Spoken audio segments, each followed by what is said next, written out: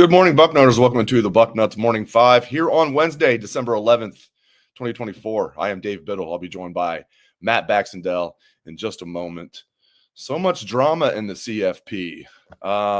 So Ohio State's getting it from all angles. The team is getting a lot of, criticism, and rightfully so when you lose to a bad Michigan team at home, when you're favored by 3 touchdowns.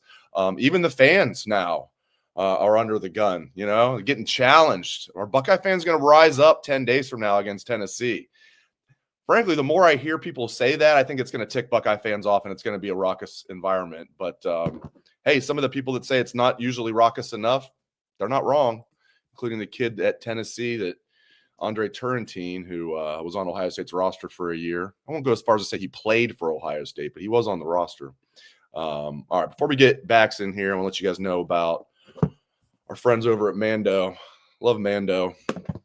They've got a customer in me, and you guys can get a really good deal from Mando. It's 72-hour odor control, and it was designed by a doctor. Mando Starter Pack is perfect for new customers or to secure some last-minute stocking stuffers. It comes with a solid stick deodorant, the cream tube deodorant. That's what this is. I love this. It lasts forever, too. 2 free products of your choice and free shipping. As a special offer for our listeners, new customers get $5 off a starter pack with our exclusive code. That code is Bucknuts. That equates to over 40% off your starter pack. Use code Bucknuts at shopmando.com, shopmando.com. Please support our show and tell them that we sent you. Smell fresher, stay drier, and boost your confidence from head to toe with Mando. I don't know if Bax could have any more confidence, but if he could, then Mando would help. But I don't know. Bax is a pretty confident cat. What's good, my friend? Good morning. Good morning, Mr. Biddle. How are we doing today? Doing good, smelling good, obviously.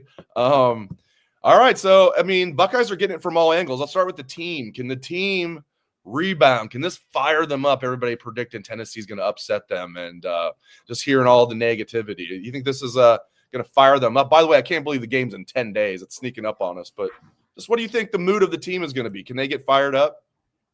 There's a certain point here where I just think all of us as well are moving away from the hangover of the disaster that was, 10 days ago now. And I think that it's a simple spot where you're getting to the point where you don't want to end that way. You get another chance to win your final game in the horseshoe for all these seniors. There's a certain point in time where you're going to be focusing on the task at hand. And yeah, there's nothing you can change in the past, but a lot of teams in the history of the sport have found a way to dig deep and get going in the other direction in a positive fashion. So to me, yes, I think Ohio State's going to be ready to play this football game. I think that, if there's one thing we all hate and that isn't Michigan in college football, it's the SEC.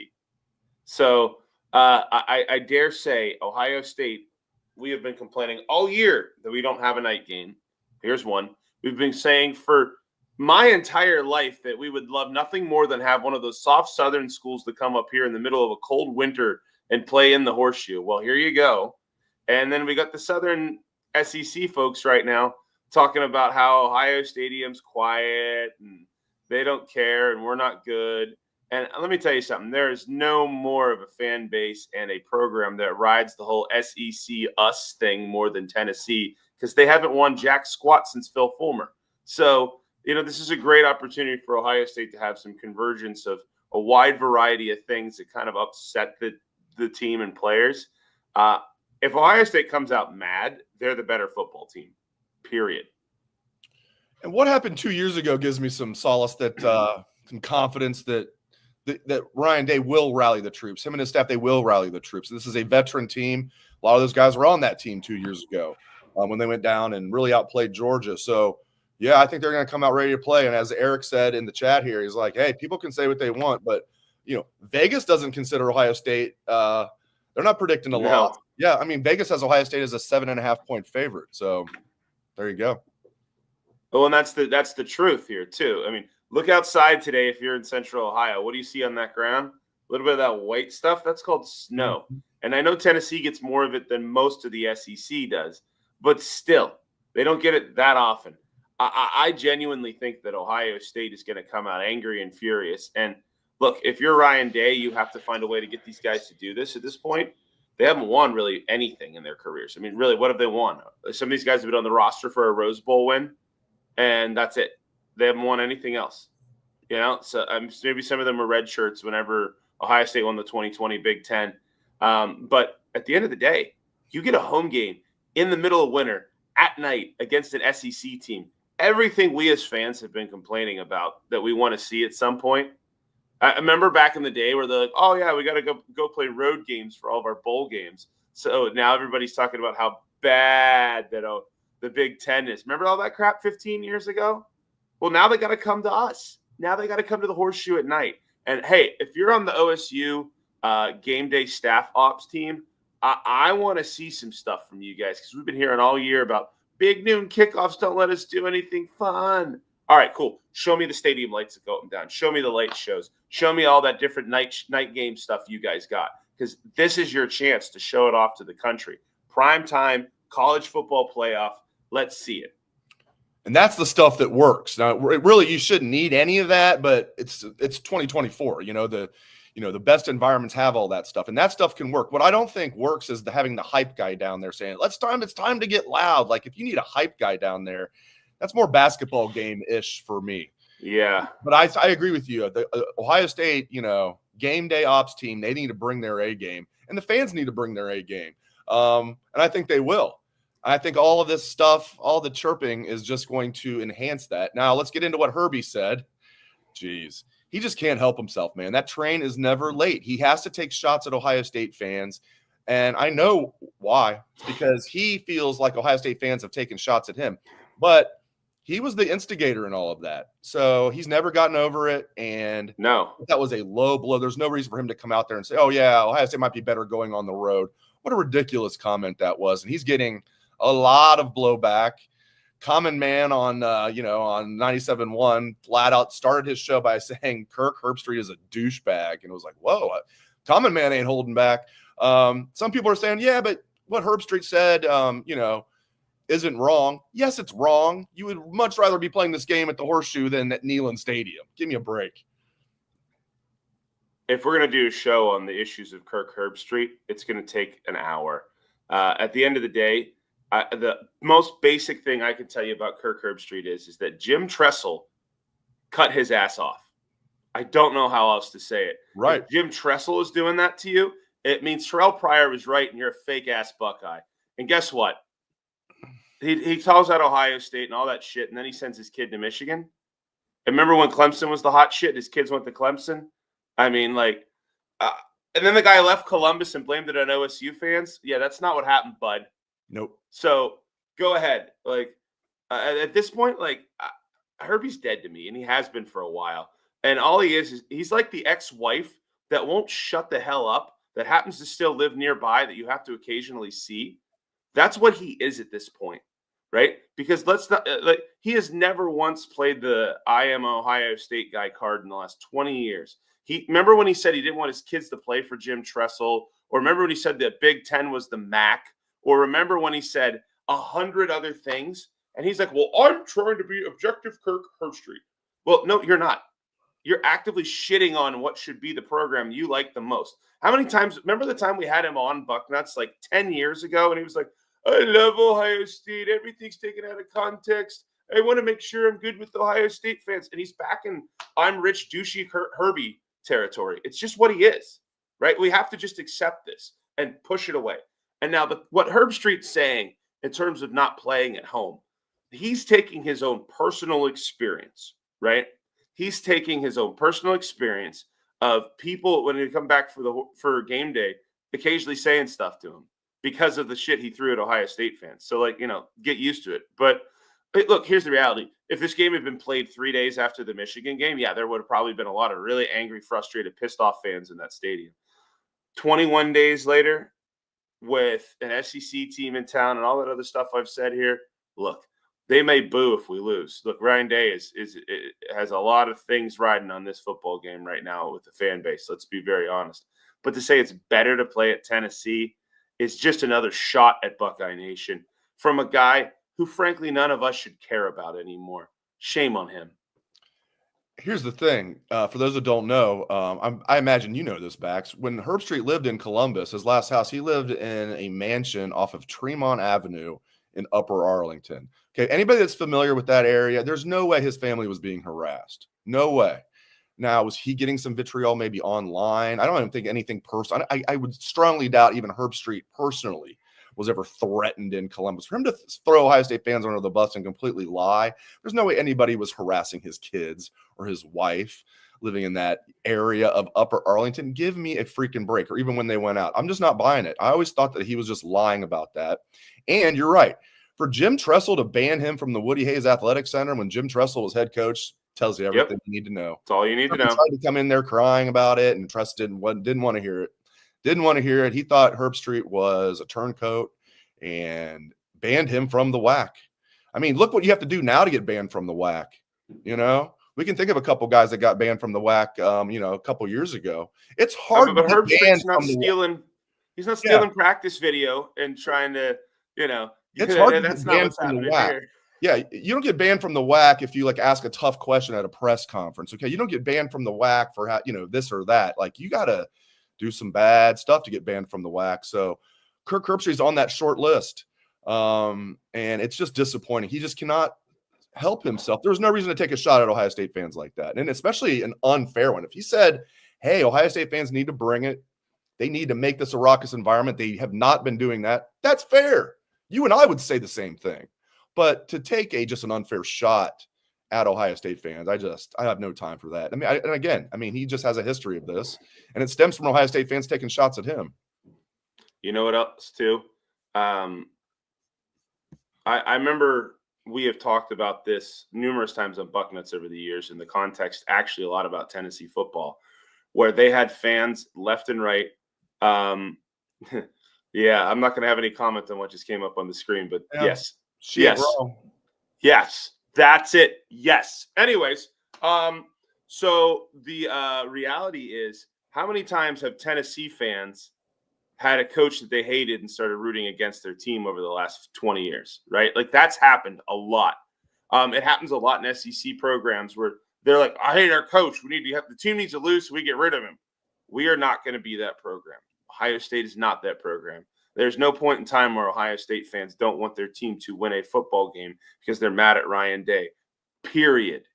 So the reality is here, you can try to tar and feather us with that bad fan branch all you want. At the end of the day, Ohio State fans will be very excited for this football game. It's still a home college football playoff game. Guess what? That's well played, Mika. Mika is on fire today. If your name is Kirk, you might not be allowed in the WAC. That's a great Mika point. is just winning the chat today. As usual. For those of you not video. Yes. If your name is Kirk, you get banned from the Woody Hayes Athletic Center. That's a good one. Go Devin Sanchez. Team plays it Saturday at 2. Let's go. Good luck to him. Go D. Sanchez. Regardless, Dave, I'm going to tell you this right now.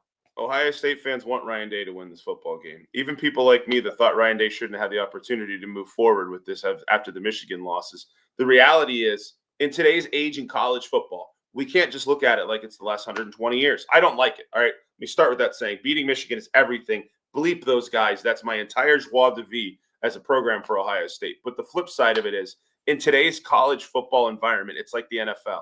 I'm a Steelers fan. They lost to the Browns a couple weeks ago. And if they win the Super Bowl, you think I'll care one bit that they lost to Cleveland? Not one bit. No. So that's the reality here, is that Ohio State is now in a position where just win. Just win. And if you win a couple playoff games or you win the whole darn thing, then, all right, the Michigan loss is something that we need to work on a lot. I'd love to have lunch with Ryan Day and give him a few pieces of advice on that one.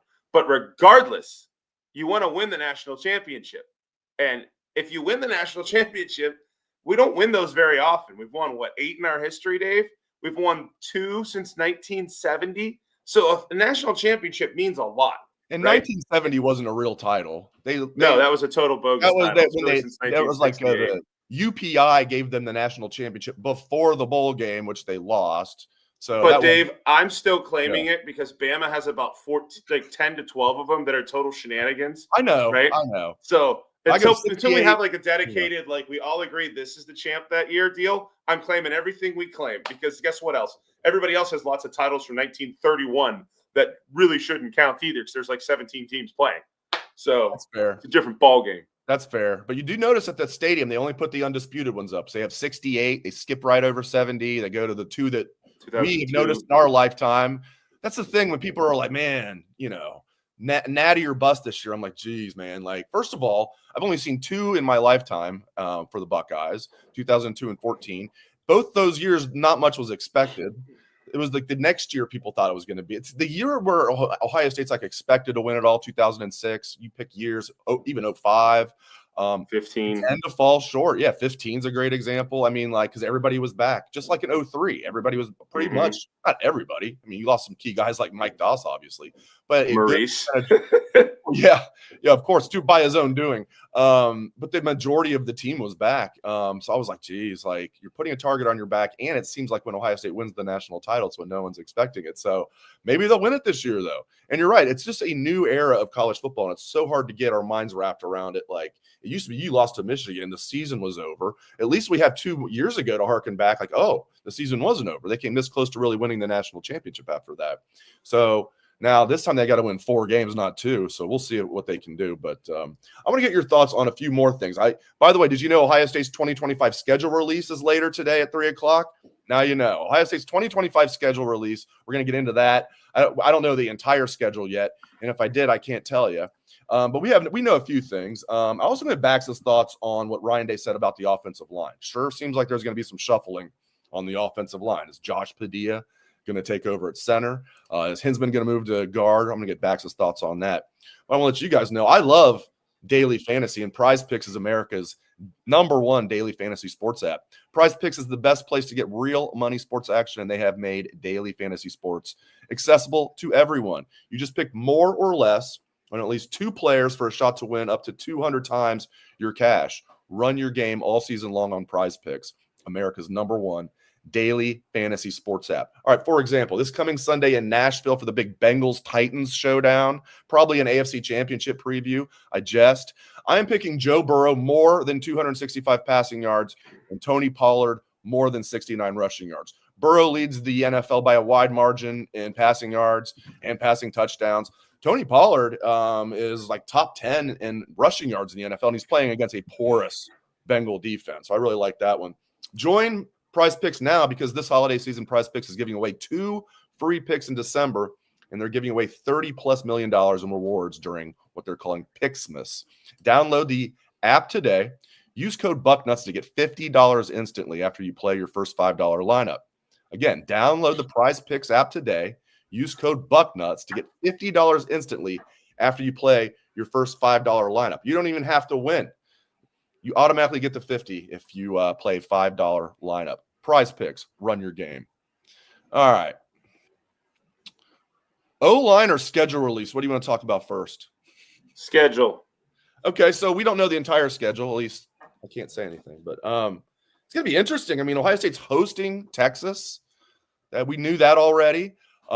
Could be the last time they play Penn State for a while. That'll be in Columbus, and obviously at Michigan. We know that those are the 3 marquee games, and we'll see what some of the other ones are. It's going to be interesting to see what some of the other Big Ten games are, where they're at.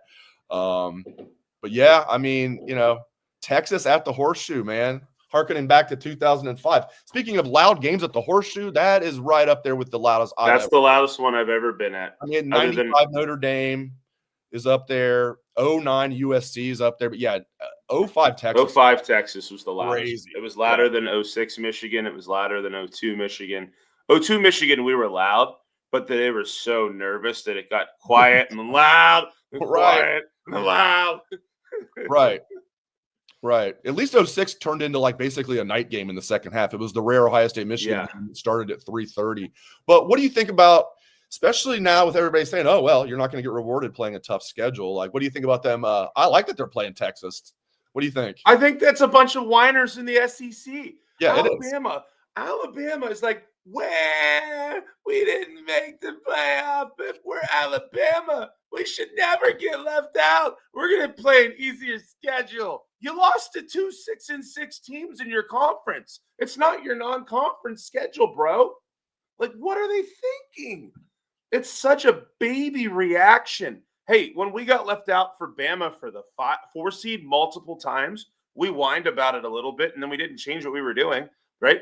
Bama got left out because they lost to 6-6 Oklahoma They lost and 6-6 Vandy. That's the irony. They lost to SEC teams. It had nothing to do with their out of conference schedule. Like the argument, well, we're not going to, schedule tough out of conference games anymore. You lost 3 SEC games. What the hell are you talking about? Again, including against a bad Oklahoma team where you got housed. 24-3 against Oklahoma.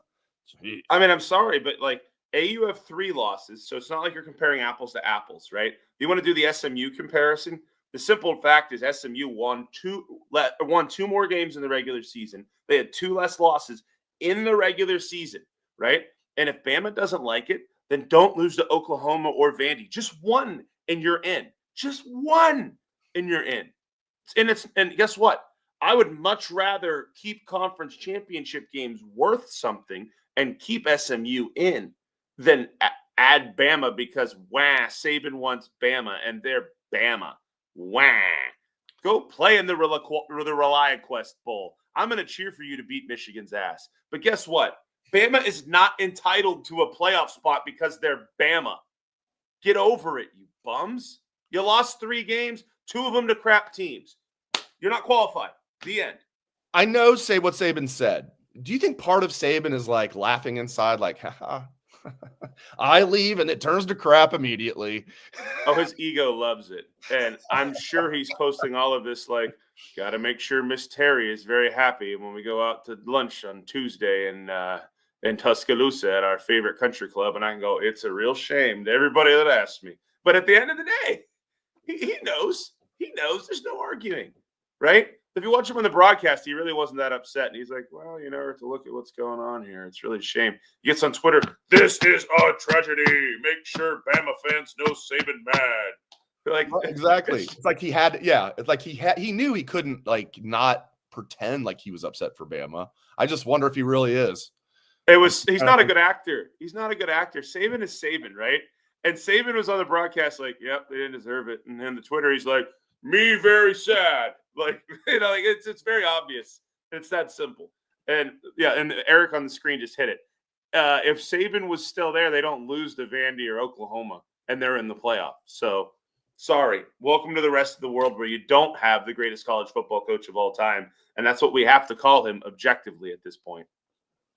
All right, O-line shuffle is first. I mean, Ryan Day's press conference, it was a week ago, was incredibly interesting after we got past the uninteresting part.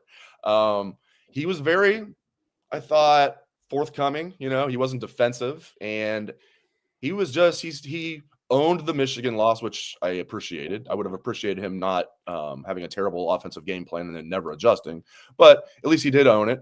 I thought his comments on the offensive line were very interesting. I mean, I don't think he would have said what he said if he wasn't pretty damn sure that they were going to have at least one new starter. I am predicting it's going to be Josh Padilla at center because there was a lot of smoke that they were going to do that anyway after McLaughlin got hurt.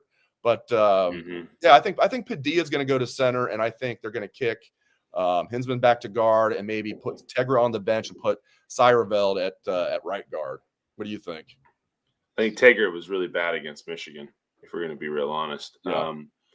And you and I talked about Padilla whenever the McLaughlin injury happened, and I think Ryan Day thought, look, I got to get through these 2 games before I can trust a first-time starter. Now it's a playoff game, right? So it's not like it's anything less.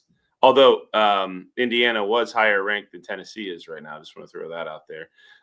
But at the end of the day, I think that they're more comfortable with moving Hinsman back to guard, and I think that they want to give Padilla that opportunity to play. The OSU has quietly been pretty high on him for a while. So I think at this point they have to make some changes. But if you're shuffling the guards and center around, it's one thing. At the end of the day, you can't change the tackles. I mean, who the hell is going to play left tackle if you move Jackson in? That's where we're at right now, Dave. And, we can't talk about big picture stuff because there's a playoff run to focus on. But, from a big picture perspective, can we get some of these transfer portal guys eligible to play tackle if they win this game? I don't know what to say at this point, but then that'll be an interesting thing to watch down the line, by the way, Dave, with the transfer portal opening this early. What happens if you're a team like OSU and you make it to the national semifinal and you have a newly eligible transfer player? Can he play in the game? And then here's another kicker. What happens if Ohio State plays a game on January 10th and you have freshmen enroll early on January 4th? Are they eligible to play? Those are some things to think about. I think the answer is no, but who knows?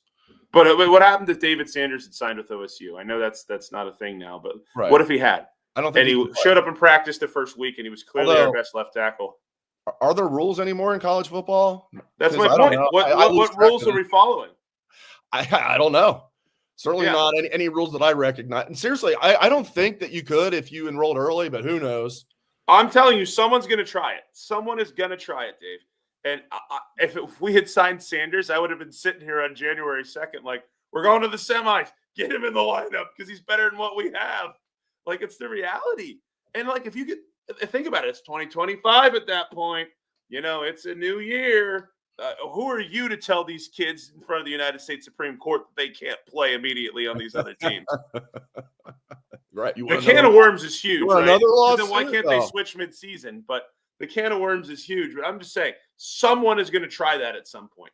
Oh, yeah, and and the NCAA will turn them down, and then they'll say, okay, lawsuit coming, and then the NCAA will wet themselves, I'll say, and then probably acquiesce. They don't want to hear you're going to get sued. Oh, we'll settle. We'll do whatever you want. Yeah, you can play right away.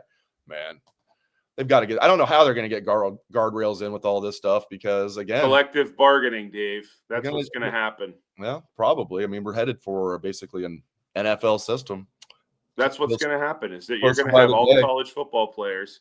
There's going to be, especially the top couple leagues, there's going to be a system where they all are collectively bargained in following player roster change rules, following NIL compensation rules. And it's all going to be a collective bargain system. We just don't know when that's going to kick. And until then, it's going to be the utter Wild West. But somebody's going to push it eventually. It's probably when the Big Ten and SEC force themselves into their own governing system. That'll probably be when it happens because you're taking all pretenses of college away at that point. I know we'll definitely see a 14-team playoff before long. Are they locked into 12 next year contractual? Yes. I think they might be. 100% they're going to move to 14 because the SEC is going to be so up in arms. They only got 3 teams. And that's funny as heck. It really is. It makes me laugh. 3 teams and then the Big Ten got 4. I mean, that pisses them off so much. And then probably the next 3 out are SEC teams. Miami is one of them, but yeah. Then like the other ones, yeah. Alabama was the first out. Then Ole Miss, Alabama, Ole Miss, and South Carolina are all right there. Yeah, you can make an argument for all 3 of them to me over Miami. Oh yeah, for sure. I mean, I think the committee had Miami as the second to last out, but yeah, I mean, you would think Ole Miss and South Carolina would be right there, no doubt. South Carolina right now would be the best of the 3. To be real honest, the way that they've been playing down the stretch. And Ole Miss, I mean, they have a good resume. That's a damn good 9-3 team right there. It's just funny. It's funny as heck that Indiana's in the playoff and all those SEC teams are not. Alabama's not. What have I told you entering the year? Alabama's not going to make the 12-team playoff, but Indiana will. Oh, and so will Arizona State. Boise State's going to be the 3 seed with a bye. Oh my God, that's the dumb. Whoever came up with the ideas, I think that'll be what they're never allowed to come up with any idea the rest of their life about anything. I think that's what's going to actually change. I don't know if they're going to move off of 12 because it's like the NCAA tournament.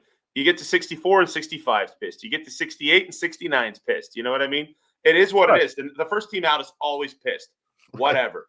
I think what they're going to do though going forward is say, the top 5 conference champions have a guaranteed spot, but the top 4 overall teams will get the bye at that point. And I think that's going to be probably the way it breaks down.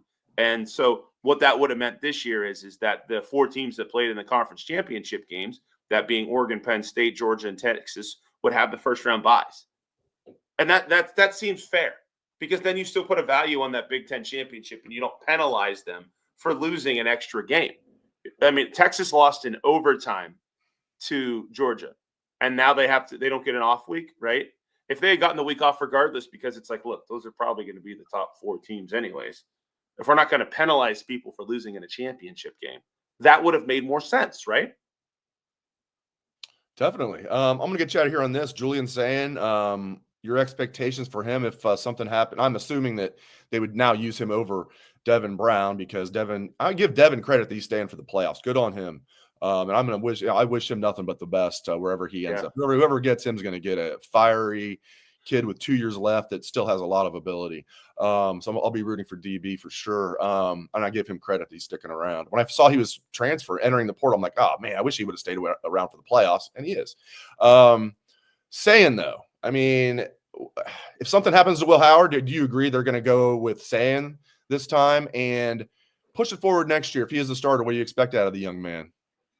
I think if it's a temporary thing where they need somebody to run the ball, Devin Brown's still a better runner than Saying. I think if it's like, let's say Will Howard breaks his leg on the last play of the Tennessee game and we're winning and we need to kind of start the next game, it's going to be Saying.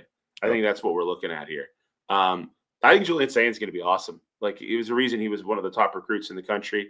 I think the only reason Devin Brown's really been coming in over him in games is seniority. And I think Ryan Day didn't want this scenario. I think he wanted Devin Brown to stick around and compete with Saying for the starting job for next year. And I think Devin Brown made a business decision, and I'm glad he stuck around. I've always liked him, always been a fan, and I think he's had some bad luck here at OSU with the injury against Missouri, the O-line the way it was, the fact that, Will Howard came in as a transfer and then OSU landed Julian Saying the way that they did because of Saban retiring. I think somebody's going to get a really good quarterback in Devin Brown. And at the end of the day, I think Saying's going to be the one that comes in and plays, though, if it's more than just a spot, like momentarily substitution kind of situation. And I think he's going to start next year. And I don't think Devin Brown's the last quarterback to leave the portal from Ohio State. I'm worried we're going to have a scenario where we only have 2 quarterbacks next year on scholarship. Yeah, so I was going to ask you. So you just answered the last question. I was going to get you out of there with one more. I was going to sneak one in, but you answered it. So you expect multiple guys to hit the portal? I think Lincoln Kienholz is going to be the starting quarterback for Iowa next year. And I think Aaron Nolan's going to transfer closer to home. I could see Georgia Tech or Georgia taking him in a heartbeat. You've heard the homesickness stuff. And it's obvious a guy his age is ahead of him right now in Saying. So unless he wants to sit for a few years, with Tavian St. Clair breathing down his rear, I don't see it happening. I think Brown, Kienholz, and Noland all transfer. And I think we're going to be sitting here looking for a Gunnar Hoke kind of third quarterback in the portal the way this is going. Yeah, and I caution fans. Hopefully I'm wrong, but Tavian St. Clair I think is going to need at least. He's not ready yet. No, he's coming from a small school. Now Bell Fountain's not super small. It's like Ohio's got 7 divisions in football. For those that don't know, I'm sure most of you know, Division I is the biggest, 7 is the smallest. All right, so Bell Fountain's right in the middle-ish at 3. Division III. So they're playing teams like, for example, like London, Ohio, teams like that. And now Bishop Watterson is the state champ in Division III. So, but they did not even have that good of a year. It's a pretty small school, and he's very talented, but I think we got to be patient with Tavian St. Clair. I've had people ask me, is there a chance he could start as a true freshman? I said, I think if that happens, Ohio State might be in trouble. You don't want that. So I agree with you. I think they will need to get somebody from the portal just for depth. And I think Julian Saying will do a good job as the starting quarterback next year as a sophomore. Great stuff, Bax. Appreciate it, man. You have a good day. Go Bucks. He is Matt Baxendell with that great background and great insights. Great stuff out of Bax. Thanks to everybody for joining the show. Big audience for our live show. I appreciate all of you guys. Appreciate everybody listening to the podcast-only version. You guys rock. 10 days and counting till the Tennessee Volunteers come to Ohio Stadium. And I think we're going to see a raucous environment at night. You guys happy it's not a noon game? I know you are. And I want to let you guys know about Factor Meals before I get out of here. I'm proud I keep spreading the word about Factor, not just to you guys, but to my friends and coworkers. I keep telling the story because guy I work with at 97.1 The Fan here in Columbus, my side job, he's always making those microwave meals because the studio used to have this Kroger. Our old studio, there was this real new Kroger. There was this supermarket, and you could go in there and go to the deli. They'd have a hot bar and all this stuff. They'd make you a sub sandwich right there. Well, now 97.1 Studios is inside where Channel 10 is, so there's really nothing nearby at all food wise. So my guys always bringing in these microwave meals. We have a refrigerator and a freezer and a microwave. So he's making these old school microwave meals, and the frozen, and it's just not good, not healthy. Listen, if you want to make a microwave meal, Factor is what you need to get with because it's never frozen, it's high quality, tastes great, ready in 2 minutes. I mean, it's fantastic. And we got a 50% off deal for you. So I told my buddy about this and we got him 50% off. And now he's hooked. He loves it. I mean, now he's already on his second box. So I highly recommend Factor meals to you guys. It comes right to your doorstep. You put all the different meals that you choose in your fridge. When you're ready, pop them in your microwave. 2 minutes. High quality stuff like blackened salmon, filet mignon. So head to factormeals.com/bucknuts50. Use code Bucknuts50 to get 50% off your first box and 20% off your next month. That's code Bucknuts50 at factormeals.com/Bucknuts50 to get 50% off your first box plus 20% off your next month while your subscription is active. If you guys know somebody at work that's popping those microwave meals in from like 1985 every day, tell them about Factor. Get some for yourself too if you're interested. All right, guys, I really appreciate you guys. Thanks so much. Thanks to Bax. Always enjoy talking to Bax on a Wednesday. I appreciate his insights.